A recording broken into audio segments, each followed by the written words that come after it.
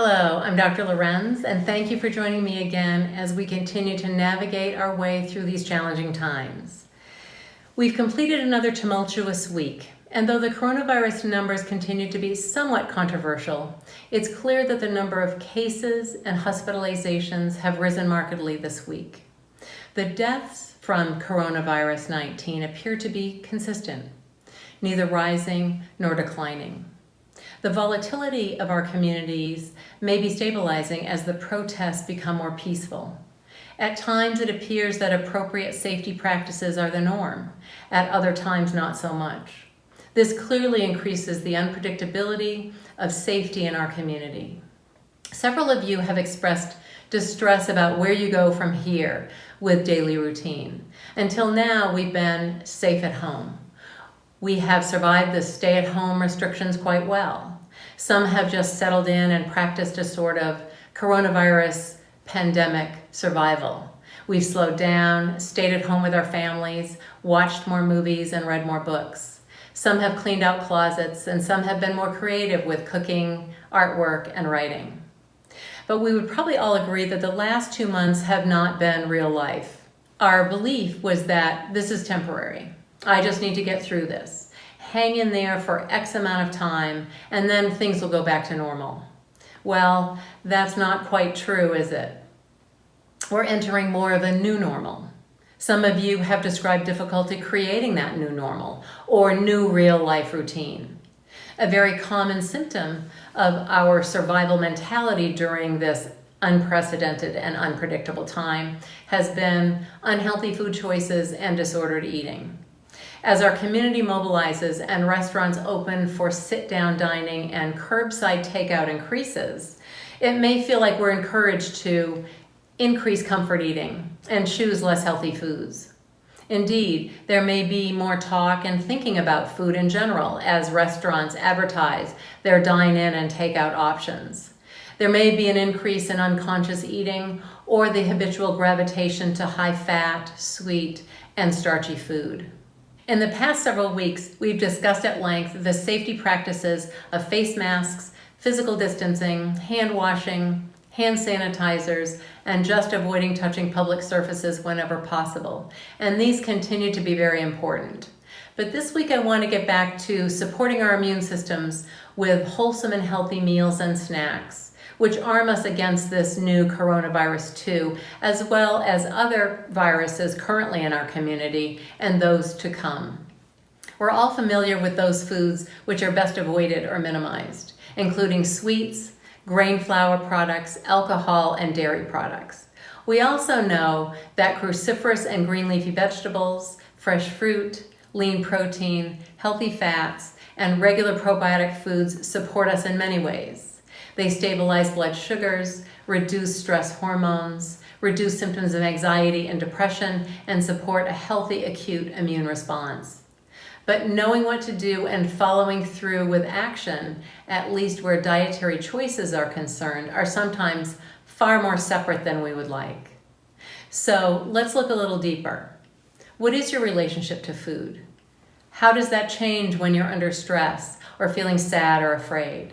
A 2013 study by the American Psychological Association revealed that 38% of American adults reported having overeaten or eaten unhealthy food in the previous month due to stress. And of those individuals, 49% reported doing so once a week or more. So this is a very common behavior. This coronavirus pandemic has given us the gift of seeing quite clearly how we manage stress. This is tough. None of us has experienced anything like this in our lifetime, and we don't quite know what to expect. We don't know when our community will really be safe again, or when we will have a vaccine for this coronavirus too, or when herd immunity might be accomplished.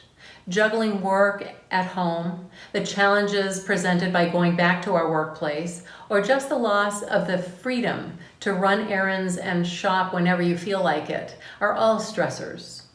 Many of you have shared that being at home with a fully stocked refrigerator is leading you to eat more unconsciously, and many acknowledge that you're eating emotionally.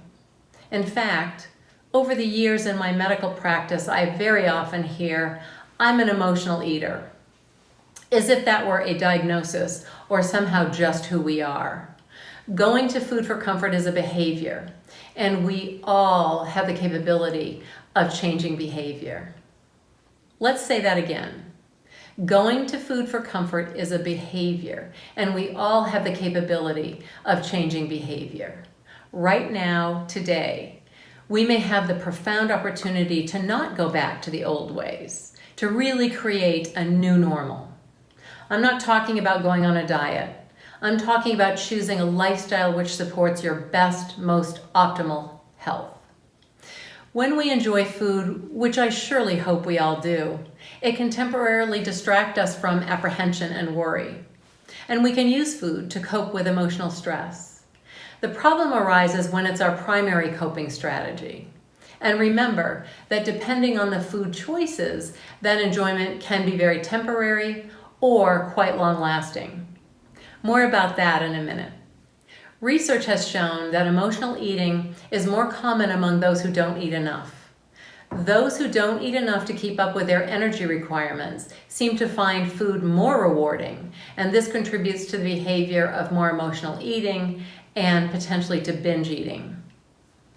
Certainly, if you or someone you know is vomiting after eating, using laxatives, eating unusually large amounts of food in a short period of time, or excessively restricting food, or excessively exercising, there may be a serious eating disorder that may need medical evaluation and treatment.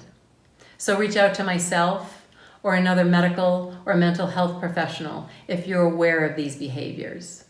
But the purpose of today's talk is to increase our awareness of how we eat, why we eat, and the amazing ways that we can benefit from becoming more conscious of our relationship to food and making more intentional choices about our energy sources, also known as food. I wish I could give you the secret formula which results in the best diet and lifestyle practices, but you and I know that that is not how this works. I can give you guidelines, but this process is very personal. Strategy and planning and honest personal choices are critical for success with any lifestyle program. And I would also add here that attitude is everything. What we tell ourselves is extremely powerful. Many feel that healthy food is tasteless or boring or leads to a feeling of deprivation.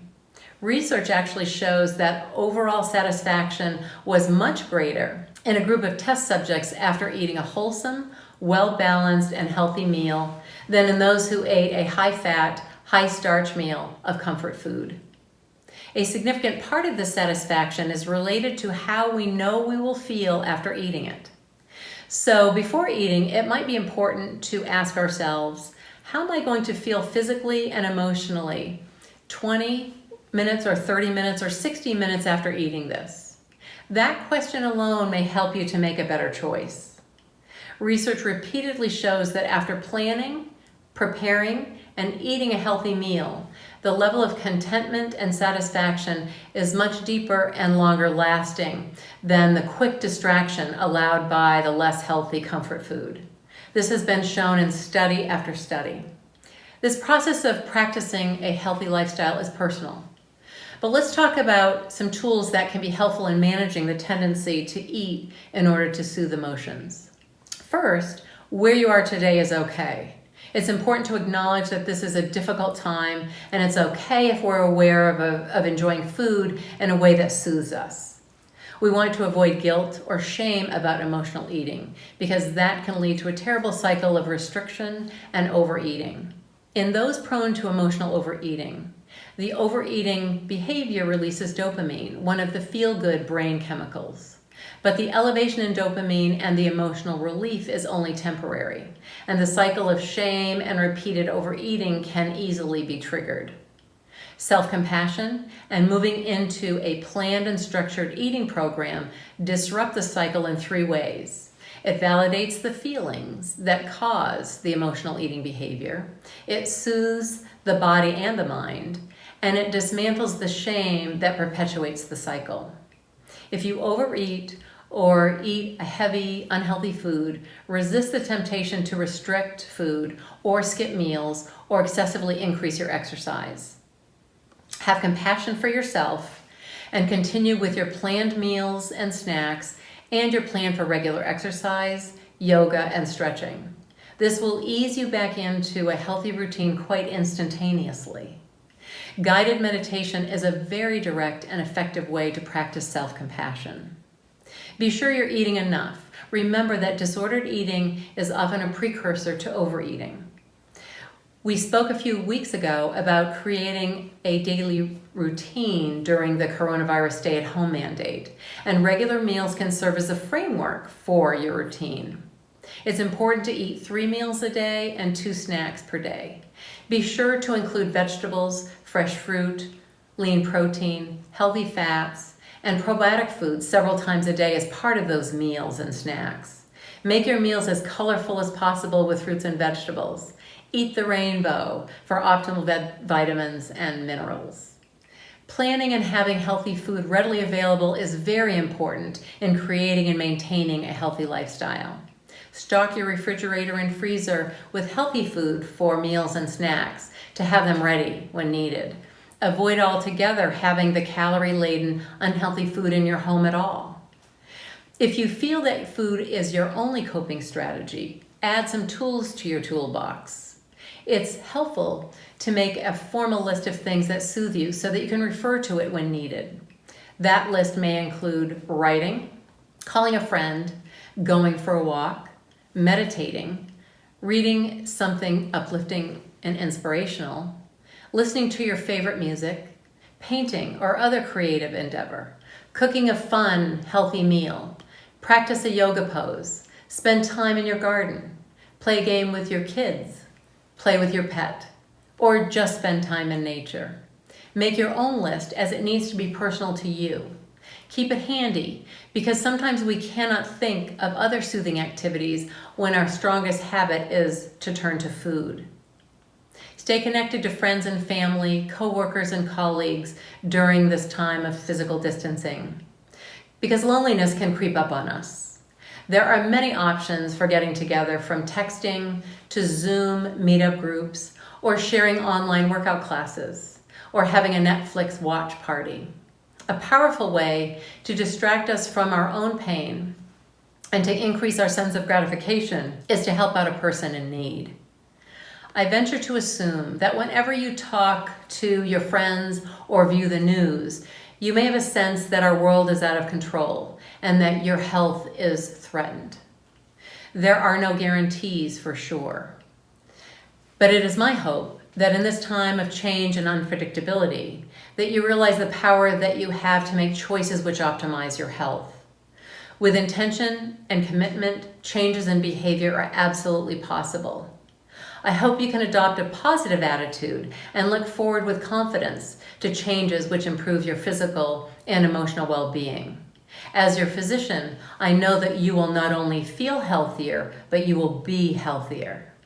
I leave you with the knowledge that your choices are the fabric with which your wellness is created, and the fact that you have the power right now to make those best choices. Wishing you comfort, self-compassion, and beauty in every day. Thank you again for joining me. All the best. Bye-bye.